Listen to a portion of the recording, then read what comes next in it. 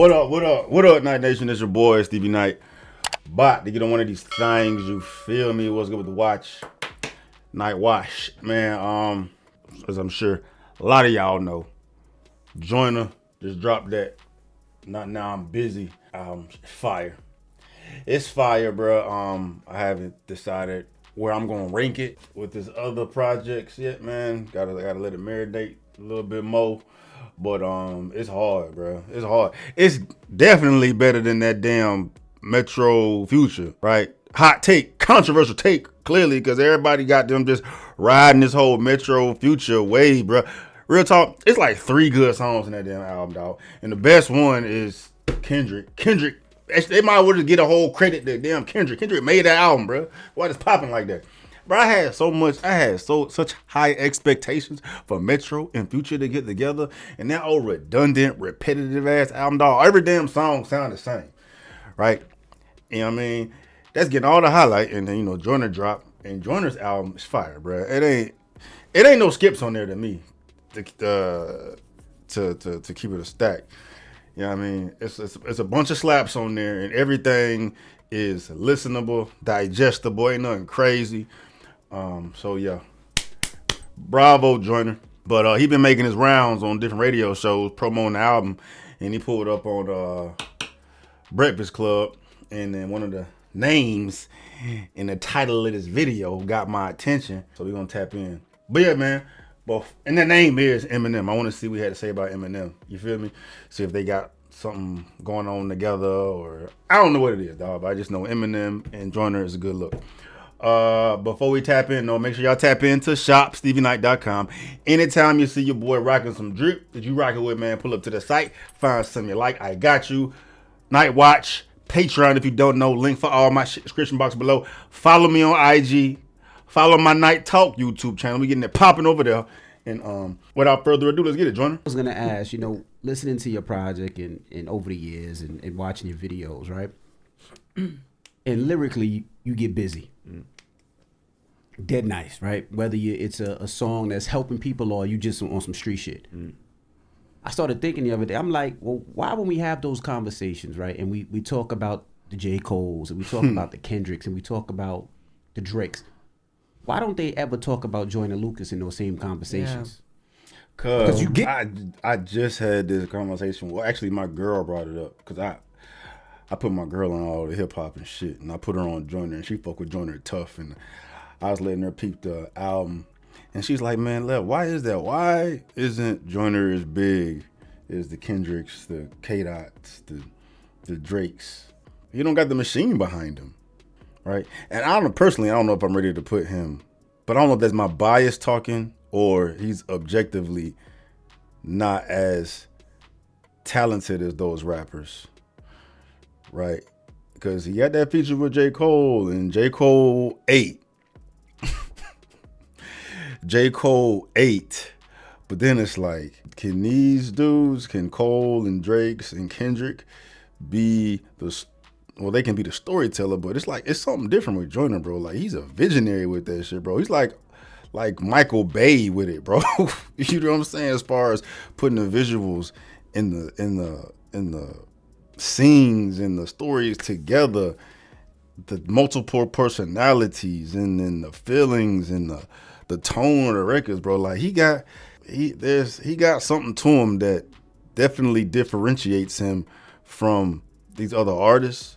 But I think the most glaring variable is that he just don't have that machine behind him. Like, when he drops, the world isn't saturated with Joyner the way, Cole, Kendrick, and Drake are. Right? As soon as they drop some shit, every fucking social media platforms running their shit multiple times. The blog gets started. The fandom goes crazy. That's due to Joyner not having the machine behind him, not having enough time, right? And yeah, he hasn't made that big of a footprint yet. But he rapped toe to toe with everybody though. Yeah, it's just the time.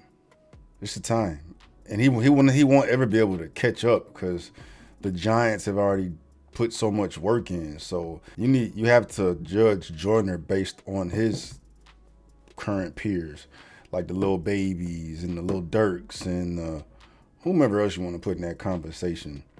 Kendrick, Cole, and Drake are like Pac, Big, and Nas, right? Joyner comes a little bit after that, so it's kind of hard to put him in that conversation. Get busy, and lyrically you're a problem, and I think everybody would say that. But when we have those discussions and conversations, they don't necessarily mention.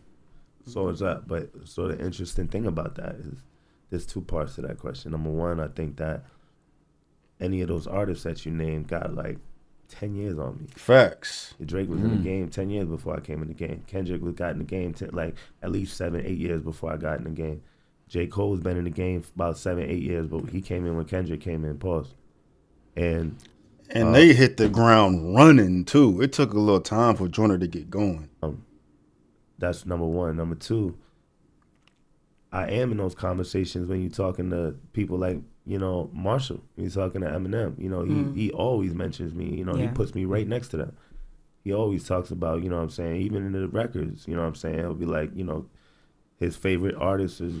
That's tough. You know, sometimes he'll even throw my name first. You know what I'm saying? Joyner, Cole, Kendrick. You know what I'm saying? And he had, you know, it definitely acknowledges that. And you know, he's in my mind, you know, he's considered, you know, the one GOAT. of the greatest, if not the greatest. So if I'm getting if that guy is saying those things, and you know, then I guess that stands for something, right? It means something. So I don't Talk really, that shit. apart from that, I don't really Talk care, that shit, like, dog. if I mention with, you know, those guys, I don't think I have enough time in yet. They have more time than I do, you know what I'm saying? So I haven't even had the time that they had to. Gotcha.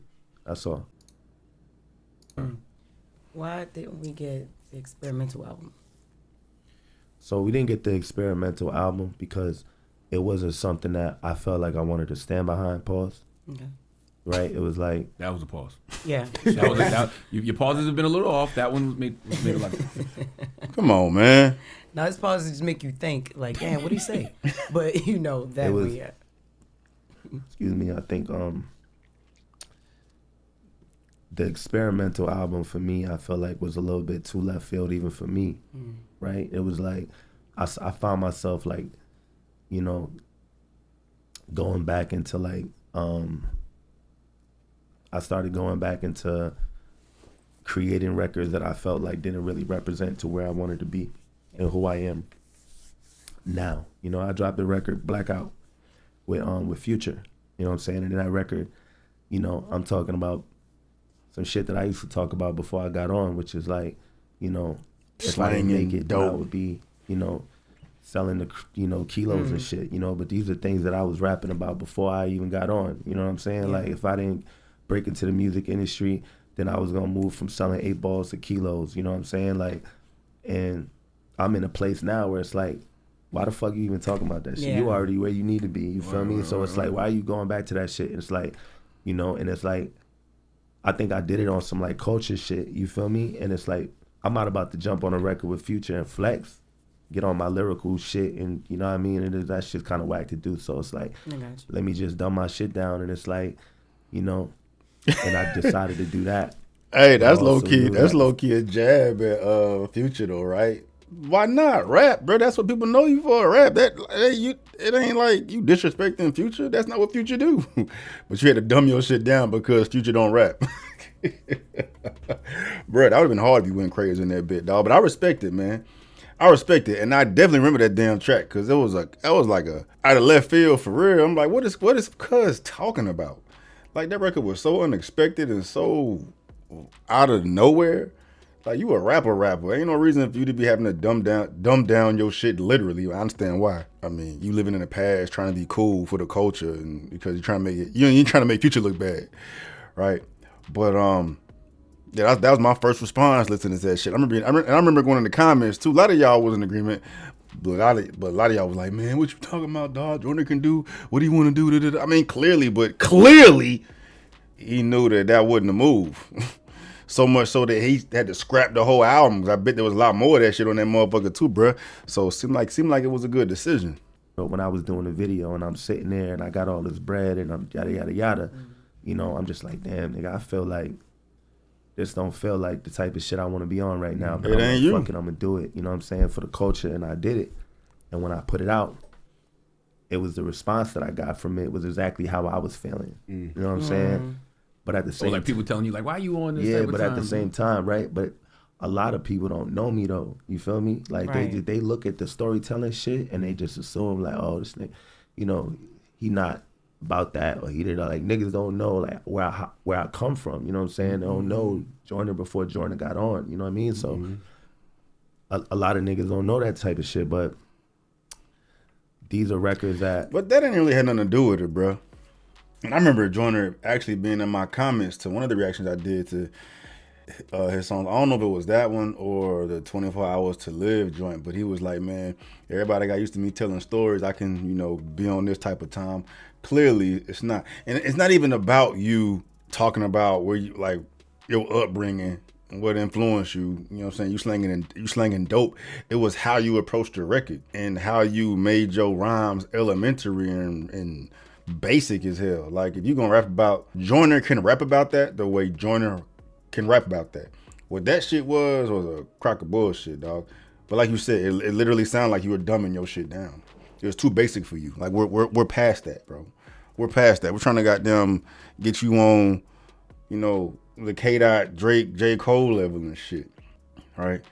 And you ain't got time to be wasting breath on bullshit ass raps, dog. I've done records like that before, you know what I'm saying? And it's like, I'm in a different place in my life now. So it's like, when I had dropped it and I got that response, you know what I'm saying? I'm just like, damn, like I already know, like almost the whole album was shit like that. And I got all these features from all these artists and shit that, I felt like was like culture shit of like what's in now, but it really wasn't really Wasn't what you. I'm saying? What you was Exactly, the nigga that I, you know what I mean? So Damn, that's rough too. We had a bunch of fire ass features too, but it's basically you rapping like a whole different rapper, or your premature self, your pre-success self.